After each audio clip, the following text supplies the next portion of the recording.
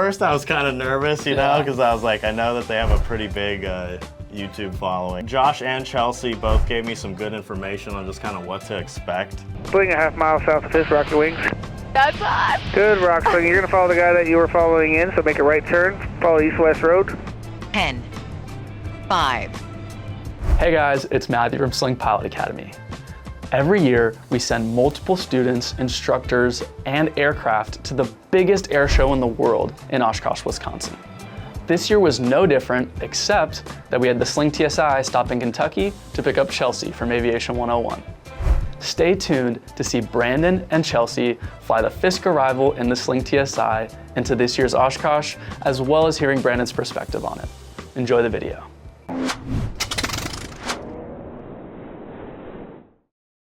I'm here with the pilot who flew with Chelsea from Aviation 101 into Oshkosh this year in the Sling TSI. What's your name and what do you do around here? My name is Brandon Nielson, and I am the test pilot for Sling Aircraft out of Torrance. I primarily do a lot of the test flying on the new customer builds that people do in the Build Assist program here, and then also I'm kind of involved with a lot of the post-maintenance flying on the Academy planes as well. How did you feel when you first found out that you were going to be flying with Chelsea into Oshkosh? First I was kind of nervous, you know, because I was like, I know that they have a pretty big YouTube following. I met Josh before because he brought his friend Miles out to do a demo flight in the TSI one time. Super cool dude when I met him then, so I kind of figured, you know, Chelsea would be probably just as cool. Did those nerves like continue to build as the time got closer, or was it something that you got more comfortable with as you were about to do it? I think I just got more comfortable with it the closer it got, because kind of keeping an eye on like how busy the arrival was. We got in, I want to say it was Thursday, right? So it wasn't too busy. And at the same time, I had thoroughly reviewed like the NOTAM and stuff like that for the arrival. So I felt pretty confident with the whole procedure. How was the experience for you flying into Oshkosh? Did you fly the Fisk Arrival? I did. So I flew the whole arrival. Chelsea told me that she'd done it a few times, actually a couple times solo. So I was like, dang, that's crazy. Yeah, I know. I was like, oh, I can't imagine doing that solo. But Josh and Chelsea both gave me some good information on just kind of what to expect. Going through the whole arrival, Chelsea was in the left seat, kind of talking me through everything, just saying, okay, I got this frequency on for you. Can I help you with anything, blah, blah, blah. Or like, we're right on top of the railroad tracks, that kind of stuff. Can I do anything for you Good to rock help? for when we need to runway 36, so turn right heading I think we're looking 09, good. follow the east-west road.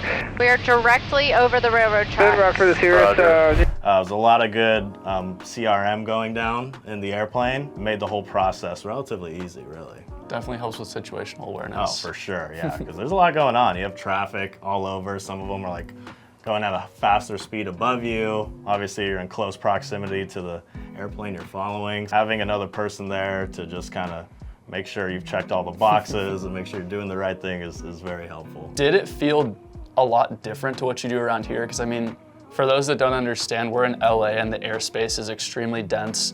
You're on the radio all the time. You're always talking and also always seeing and avoiding things, airspace, planes. How different was it flying by, you know, points on the ground that were at, you know, pilotage? How active it was on frequency and just the amount of airplanes that were there was not unusual. I would say it wasn't too unusual because we do reference a lot of kind of visual references in the LA basin. Just coming into Torrance, for example, we got like the Queen Mary, the Vincent Thomas Bridge, all that kind of stuff. The thing is out there is everything is green, but just expecting like, hey, I'm looking for this, it should be over here.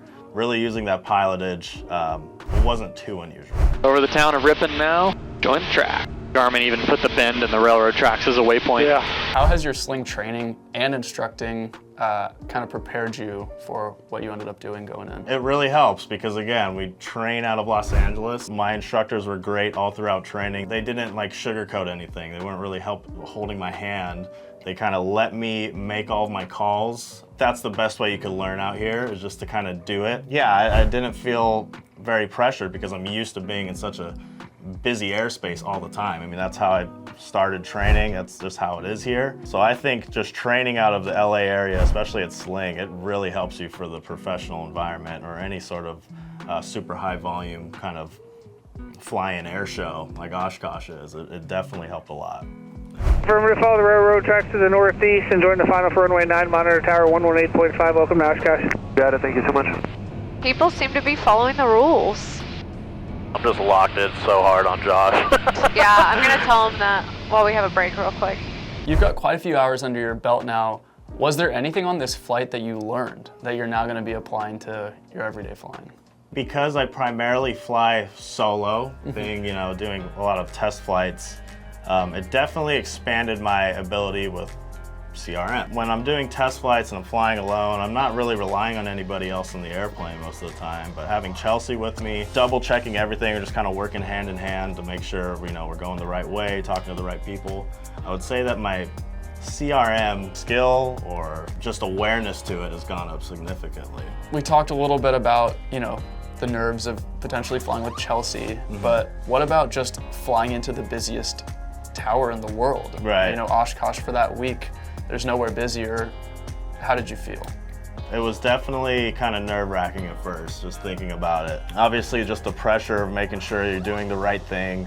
You're not going to pose some sort of safety hazard. Yeah, definitely just thinking about it, I'm like, how could I do this correctly?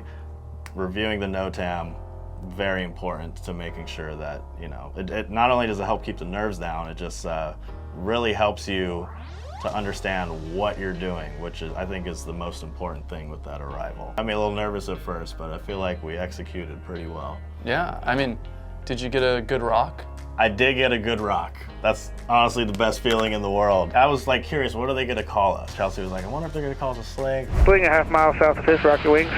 That's us. Good, rock Sling. You're gonna follow the guy that you were following in, so make a right turn, follow east-west road, left base 36, start that right turn now, heading 090. Oh yeah. All right, we're going to 36. Good job, Sling. Keep the spacing. All you guys that are going over the east-west road. Yeah, 20 in front of Keep you. that spacing, monitor 126.6. Welcome to Oshkosh. 126.6. That was a good rock. That was a good rock. So as soon as they said, Sling over Fisk, rock your wings, I'm like, yeah, boom. Giving it a pretty good rock, I think. Feels good when you hear that good rock on the radio. How about the dot? You guys The get dot. close to the dot? Ooh. So, not gonna lie, missed the dot by a smidge there. I wanna say maybe 10 feet. Very disappointed in that. Step a mile south of the tower, runway 36 left, clear to landing, put it on the yellow dot. That's us, I think. I think so. Roll wing on, roll out, nice work. You make the left turn into the grass or Papa 2 and follow the flag, man. Welcome to Osh. 40.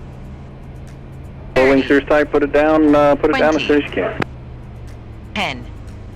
5.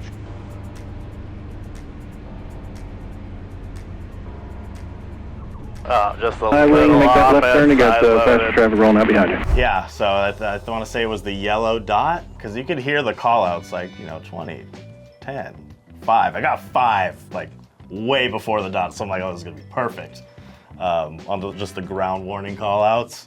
And there goes the yellow dot, and then I went right past it before the first center line stripe, and then boom. Next time, put it on that dot. When you touched down, what was the first thing that popped into your head? Once you were on the runway? Honestly, it was just a huge feeling of relief. It was like, oh, we did it, and I could hear him on. He's like, good job, Sling. Next left, I think it was, I forget what taxiway it was. He gave us a taxiway. I didn't want to taxi onto the grass just because, didn't want to be the guy that gets stuck on the grass, So gave us, I think it was Papa 2. Starting to come back to me. Gave us Papa 2, left turn, and then again, just huge feeling of relief, feeling accomplished. It was one of the best feelings I've had in aviation, doing the Fisk Arrival into Oshkosh, really. So getting down safely was great. And then, yeah, as soon as we got off the runway, I was just ready to go, whatever the marshalers were telling us to do. We had our little sign up in the window there. And they're looking, okay, yeah, boom, start pointing directions. And, they're giving me confident, directions pointed out. I'm like, all right, they know where to put me. So, yeah, but it was awesome, honestly.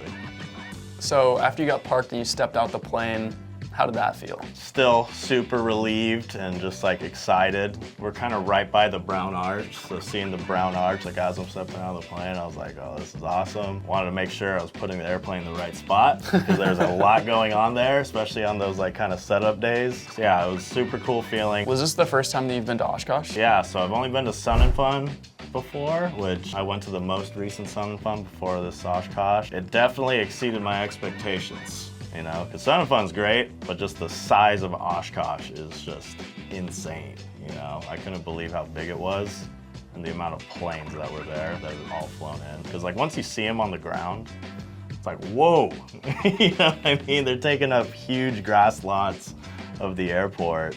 Did you meet anyone this year that you think is going to have some effect on your career at some point? Well, meeting, you know, James and Andrew Pittman was awesome. All the guys from the South Africa team, it was super cool to finally meet them in person. And just hearing their stories, building the Sling and just like where they've taken the Sling, it really kind of, I guess, inspires me, you know, working for Sling. It makes you proud to work for the company.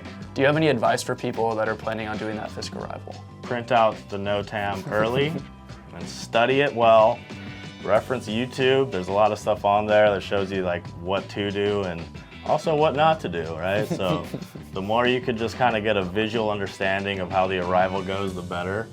Yeah, come prepared for some heat, but also be prepared for some rain. Pair of shoes. I did fall into a hole at the night air show.